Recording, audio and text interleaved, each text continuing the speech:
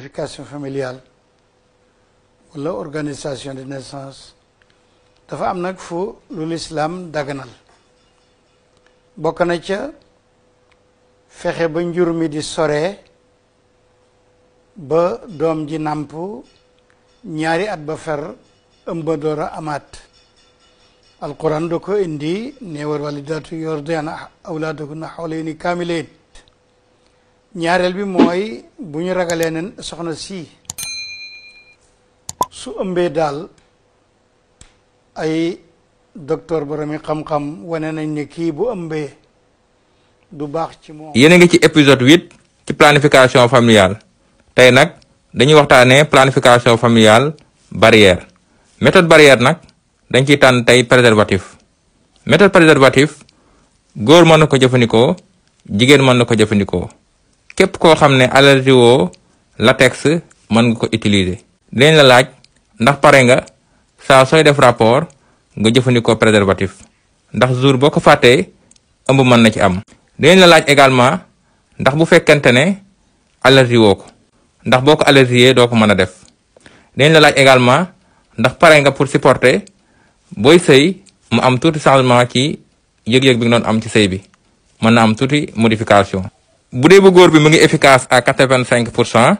bu dee bu jigéen la mu ngi efficace à 79%. saa soo koy def prestataire bi dina la expliquer noo koy jëfandikoo ndax boo ko jëfandikoo noo xam ne baaxul efficacité bi mën na wàññeeku ëmb daal di ci am. moom rek mooy méthode bi nga xam ne moo lay aar ci infection ak sida. ne ëmb na boo yegg fanweeri semaine ak juróom-ñeent waaye dafa sonn ëmb nag demeewul noonu newul da ngay ëmb bam neex la rek ngeen dama sonn dama bëgg a bàyyi ëmb luñ ci dugal génnew lañ saa soo ëmbee da ngay bàyyi ba ëmb bi ñor nga doon di wasin te ëmb mu ne dem ba ñeent fukki semaine. day laaj mu ne léegi kuy tooy te amoo jëkkër nit du toog di tooy képp kuy tooy soit am na looy seetaan di tooy wala am na looy def di tooy wala am na looy xalaat di tooy soo ko bàyyee rek dootoo tooy. li dee laaj mu ne man bu ma yeewoo suba si damay koddal jàppale ma képp koo xam ne day koddal suba teel jàppal ne loolu du feebar loolu la ñuy wax érection spontanée jaru ngay tiit ki war a tiit kay mooy koo xam ne toog na lu yàgg koddalul suba teel. sama soxna naq bi day métti rek weñ di gonflé est-ce que ëmbul mooy première hypothèse diagnostique bu ñuy posé def test bi xool bu dee ñaari tere la génnee na jàpp ne ëmbal nga ko bu dee benn tere la génne nag na jàpp ne ëmbal goo ko na def écho bi xool diiru ñaari semaine wala ko ëpp mooy leeral. dafay laaj mu ne